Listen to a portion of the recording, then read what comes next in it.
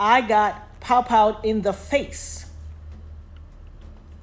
I watched him fire the days of deliberations, the jury now appears to be focusing on the possession and charges against Sean Puffy Combs. As Diddy's home in Los Angeles has been raided by Homeland Security. So Diddy is in some very big trouble, and it isn't just because of the ST allegations this time. Apparently, one of his has been traced back to a 1999 club shooting where he may have unleashed fire on innocent bystanders.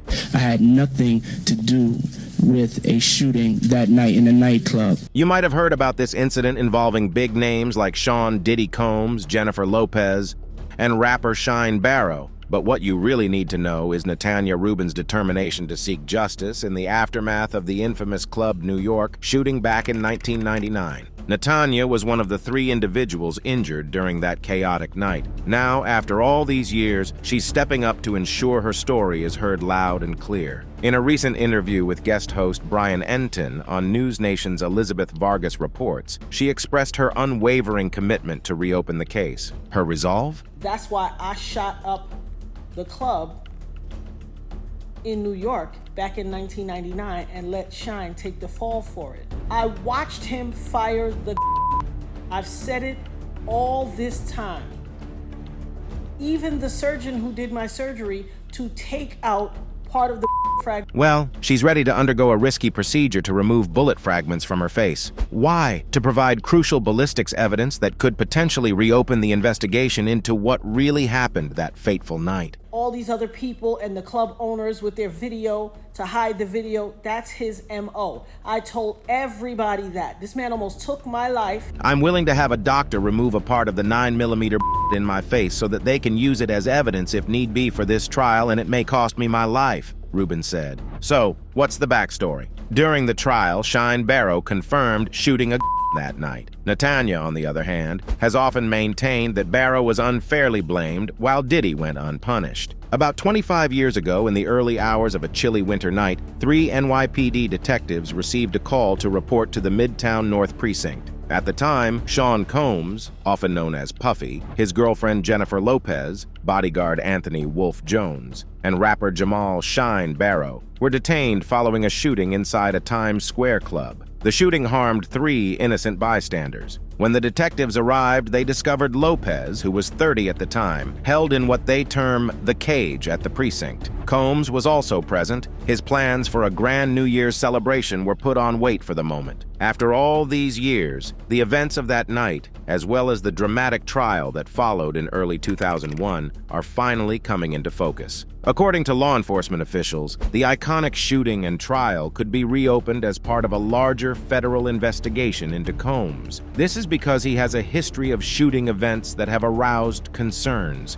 Homeland Security agents recently conducted raids on Combs' houses in Los Angeles and Miami. According to law enforcement authorities, the action was motivated by claims of ST, according to New York criminal defense attorney Michael DiCioaro, who is familiar with the case. Federal agents are interviewing witnesses and gathering evidence. Everything, from previous instances to current events, is being investigated in relation to Diddy. So, what occurred once the mayhem began? Diddy and Lopez made a fast escape in a Lincoln Navigator, but it was short-lived. Cops intercepted them on 8th Avenue and arrested them. Lopez, on the other hand, got a lucky break and was freed after 14 hours in prison with no charges filed. Now, the legal drama transpired over the years. Barrow faced the music in a 6-week trial in 2001, receiving a hefty 10-year prison sentence. Meanwhile, Diddy and his bodyguard, Anthony Jones, were cleared of all firearms charges. Natana Rubin, a mother of 3, has been adamant in her testimony from the outset. She vividly recalls the horrific moment when she saw Diddy apparently waving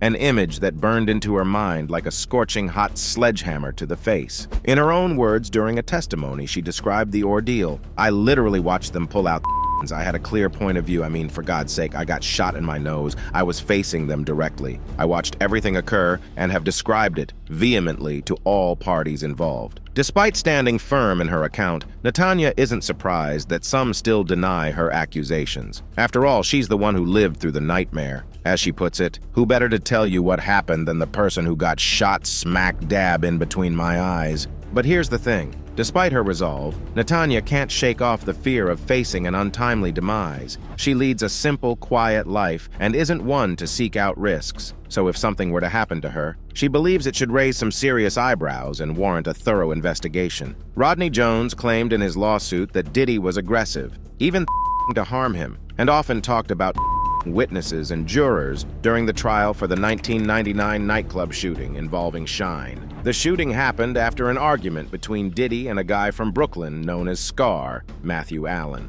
Diddy, along with his bodyguard Anthony Jones and Shine, went through a lengthy trial lasting 7 weeks in February and March 2001. Eventually, Diddy and Jones were acquitted, but Shine, who was 21 at the time, got convicted for assault and possession, getting a 10-year prison sentence. The Club New York shooting remains shrouded in mystery, especially for former Detective Parker, who used to work in the hip-hop cop unit of the NYPD and now works as a private investigator. There have been persistent rumors that Diddy made Shine, now known as Moses Michael Levi Barrow, and holding a political position in Belize, take the blame for the shooting. According to Parker, the altercation started because Diddy was showing off his wealth and Scar, feeling disrespected, exchanged words with him, leading to fire. Diddy and Lopez left the scene in a hurry, with Lopez allegedly mentioning that shots were fired before they were stopped by the police. Former NYPD Detective Derek Parker recalled the chaos at the precinct,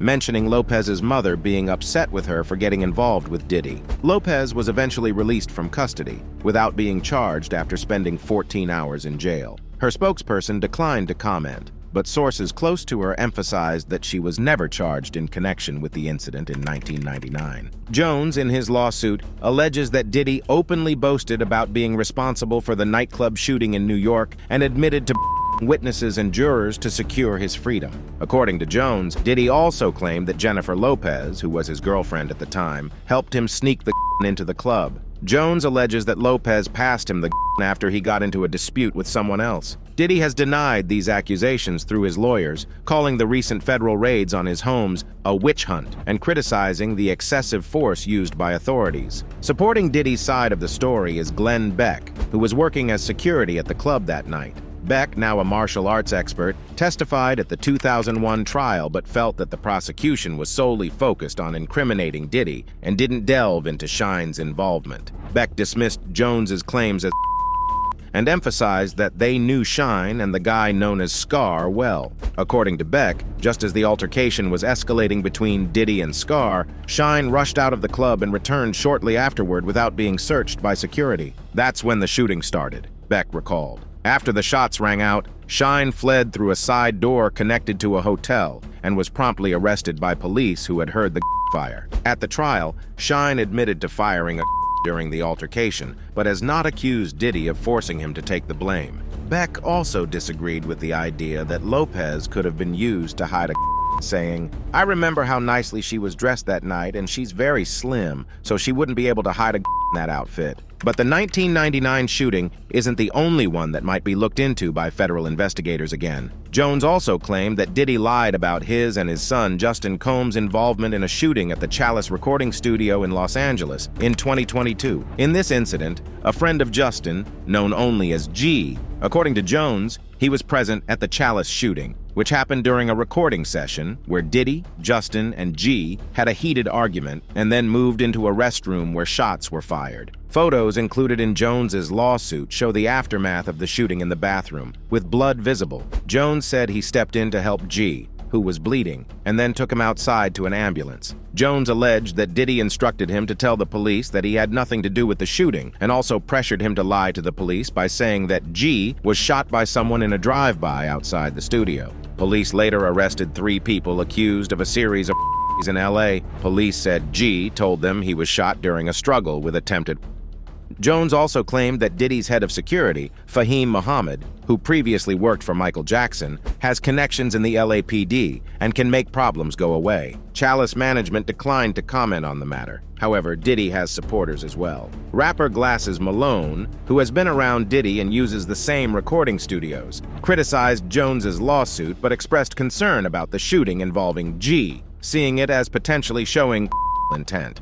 Jason Whitlock, author and host of the Fearless podcast, suggested that while there might be some truth emerging, there's also likely to be distortion and opportunism, which could put Diddy in a difficult position. Suge Knight, a well-known rival of Sean Diddy Combs in the hip-hop world, recently offered some advice to Diddy amidst his legal troubles. Despite their history, Suge suggested that Diddy should surrender to the authorities as his safety might be at risk following the raids on his properties. Speaking on his podcast, Collect Call, which he hosts from a California state prison where he's serving nearly 3 decades for voluntary manslaughter, Suge warned Diddy that law enforcement would pursue him relentlessly. "I turned myself in," Suge recalled, referring to his own past run-ins with the law. He advised Diddy to do the same, emphasizing that sometimes facing the consequences is unavoidable. Additionally, Suge didn't shy away from offering advice about prison life. He discussed practical matters like the choice between standing or sitting while urinating, urging Diddy to opt for standing.